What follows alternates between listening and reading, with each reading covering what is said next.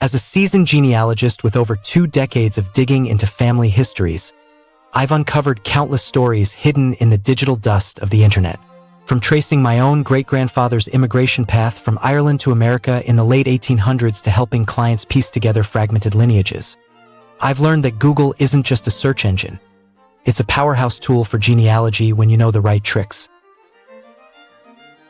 Today, I'm sharing some of the most effective Google search strategies that have actually worked for me in real research scenarios. These aren't theoretical. They've led to breakthroughs like finding long-lost obituaries, verifying family legends, and even locating digitized records that weren't showing up on dedicated genealogy sites like Ancestry or Family Search. I'll walk you through them step by step, with examples from my own experiences. Let's start with the fundamentals. Google excels at handling the who, what, where, and when of family history, focusing on names, locations, events, and timelines. Always begin your queries with specifics: a given name, surname, and place if possible. For common surnames like Smith or Brown, add context like a profession or event to avoid drowning in irrelevant results. In one case, I was researching a client's ancestor named John Brown, a common name that yields millions of hits. By adding abolitionist, no, not that John Brown, I narrowed it down, but more on refining that later. Trick 1. Use quotation marks for exact phrases.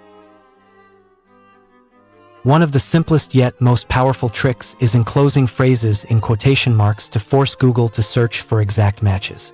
This eliminates variations and focuses on precise wording, which is crucial for names, places, or historical terms that might appear in old documents. In my experience, this has been a game changer for finding obituaries or marriage announcements. For instance, when tracing my grandmother's sibling who vanished from records after 1920, I searched Mary Elizabeth O'Connor plus married plus Chicago in quotes for the name.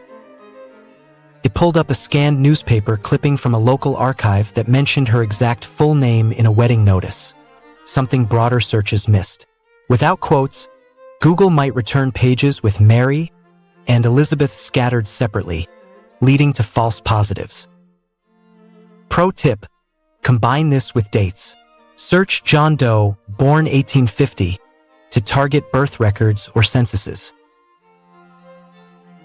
Trick 2. The minus sign, minus symbol, to exclude unwanted terms. Genealogy searches often get cluttered with modern noise, celebrities, businesses, or unrelated events sharing your ancestor's name. Use the minus sign right before a word, no space, to exclude it. I once spent hours sifting through results for an ancestor named Patrick Ford, only to realize most hits were about the car company or a famous director. Adding car director automobile slashed the results from over 1 million to a manageable few thousand, revealing a 19th century immigration manifest I'd overlooked. This trick is especially handy for surnames that double as common nouns, like baker, bread, oven, or Ford as above. Trick 3. Site-specific searches with cite.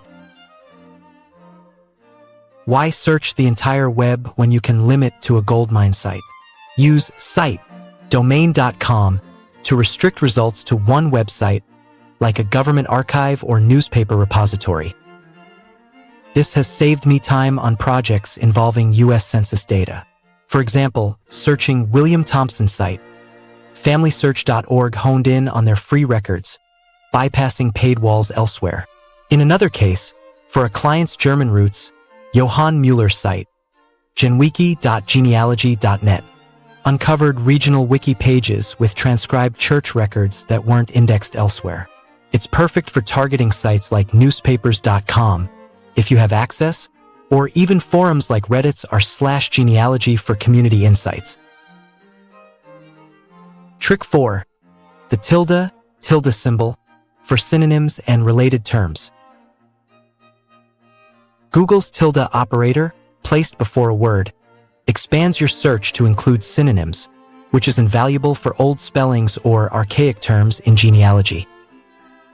When researching my family's heritage in Scotland, I used Genealogy McDonald Scotland, and it pulled in results for family history, ancestry, and roots.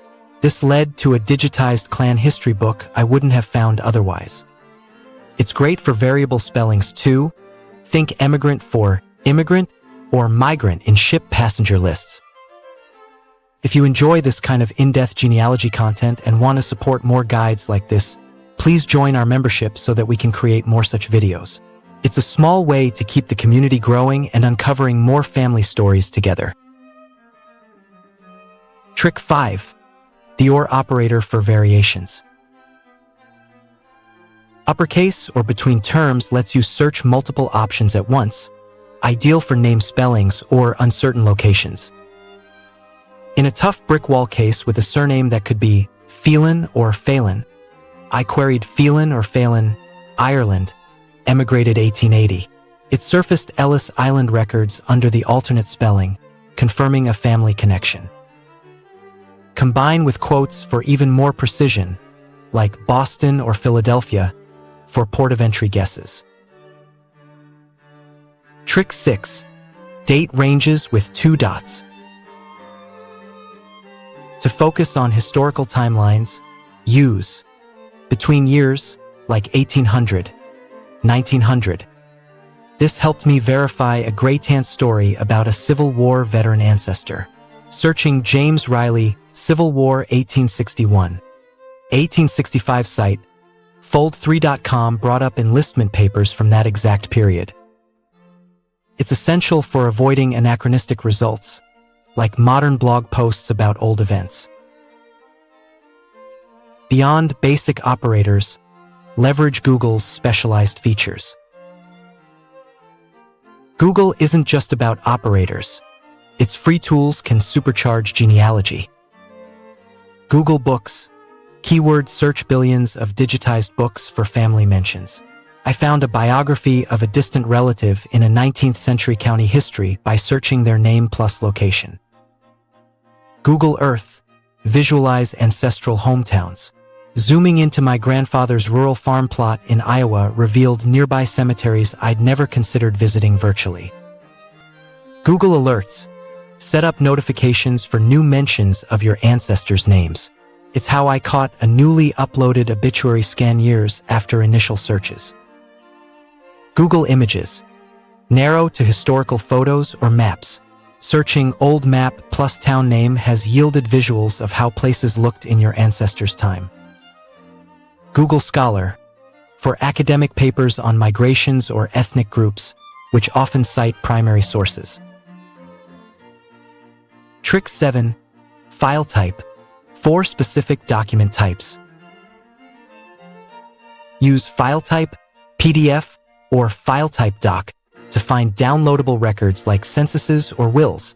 In one project, surname census, file type, PDF site, archive.org unearthed free PDF scans of old enumerations that weren't transcribed yet. Practice is key. Start broad, then refine with these tricks through trial and error. I've broken through many dead ends this way, and you can too. Remember, Google complements dedicated genealogy sites. Use it to fill gaps. If you're just starting, experiment with your own family names today. Happy hunting!